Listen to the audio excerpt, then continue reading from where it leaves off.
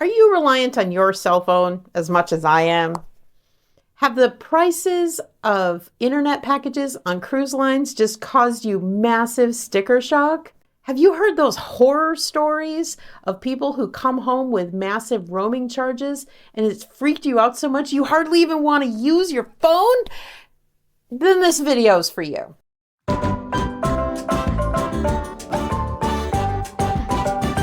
Staying connected on your cruise can be a huge expense.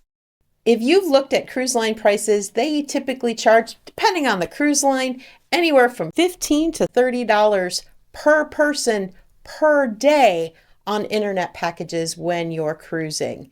If you're traveling with a lot of people, especially teenagers, holy cow, can those prices add up.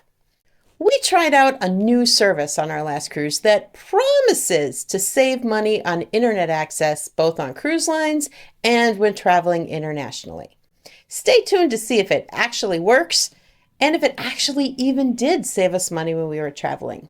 To begin, Chris and I are not techie people at all. So I feel that needs to be stated right from the beginning. We're just people who like to travel and want to save money so that we can travel more. We decided to try out Gigsky. So what Gigsky is an electronic eSIM card that allows your cell phone to connect to their system instead of to the cruise ship internet or even to international cellular service. Instead, you purchase a plan through Gigsky, which allows you to avoid costly roaming charges as well as those internet cruise packages. Gigsky, according to their website, can be used in over 200 different countries as well as on over 200 different cruise ships. Here's a list of the major cruise lines, and you'll notice it includes Carnival, Royal Caribbean, MSC, and Disney, the major cruise lines that serve the American market. So how it works is first you choose your destination and the package that you would like to use. Next, you install your eSIM onto your cell phone. Next, you activate that eSIM. And finally, you turn it on when you arrive at your destination. All you need to do is download the app onto your cell phone, and it easily walks you through the process of installing and using the eSIM. The setup process can vary depending on your device, but the website has very easy videos that show you how to set it up and includes 24/7 live tech support to assist you if you're having problems.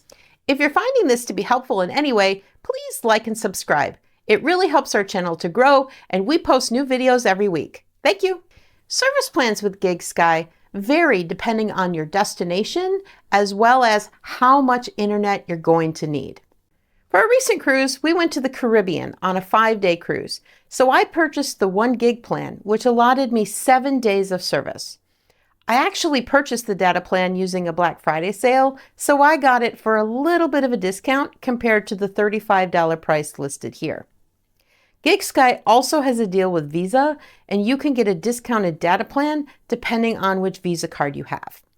Before you get too excited, you do need to understand there are some technical limitations you must be aware of before you try out Gigsky.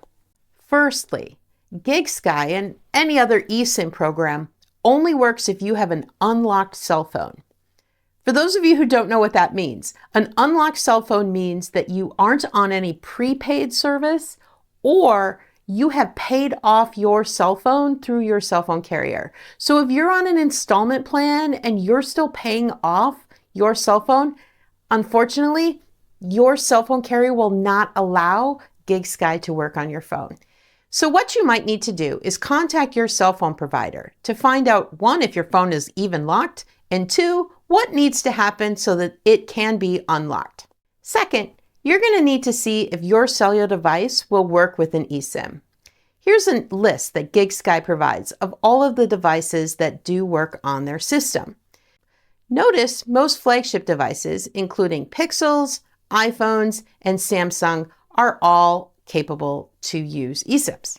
Thirdly, and this one is really important, you need to make sure that you have stopped all unnecessary data or automatic syncing of different things on your cell phone. I ran into this one. I still had it set up that it would automatically sync photos and videos to cloud storage. And that caused me to lose a ton of data in that particular process, something that I definitely could have waited to be done when I got home. So before you travel, make sure you go through your phone and force stop any apps that you may not need to be updating while you're traveling. Finally, it's important to know that Gigsky and other eSIM services are for internet data only. They are not a replacement of your cell phone data. So if you're going to need people to actually call you or text you on your normal number, you might need to set up a forwarding system, either with a system like WhatsApp or Google Voice, so that you are making those phone calls over data and not a cellular network. As I said before, I am not a techie person. So when I was researching this and trying this out, I got to be honest with you, it was really daunting to me. However, once I dug into it and once I downloaded the app and started uploading it, it really actually was pretty user-friendly for a not so techie person like myself. The videos that Gigsky has on their website to explain the process actually are really helpful. And I never actually needed the 24/7 support, but it was really good to know that it was there just in case. I really encourage you to download the app and set up your account while you're at home and on a stable Wi-Fi network before you travel. This way, when you travel, all you need to do is activate your plan. Overall, the internet connection and speed worked really well. I was able to use Facebook, email, and those kind of services without any real problems. The only time it got a little glitchy was when we were near land, and Gigsky's website says this could be a problem.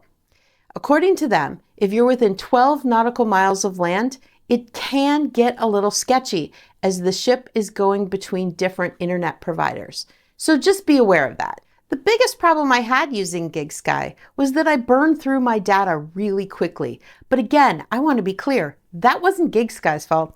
That was my fault because I didn't turn off those apps.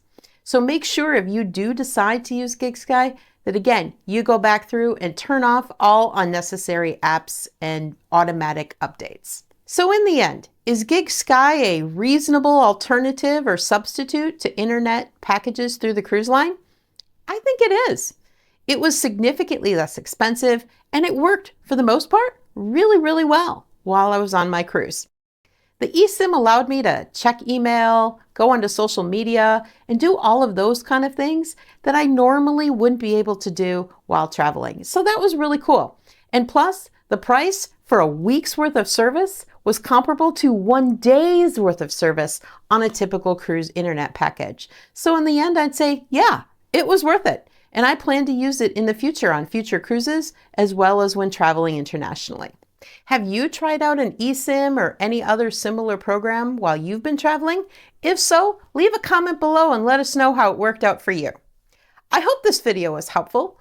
And if you're looking for more budget saving tips for your next cruise, check out this video here.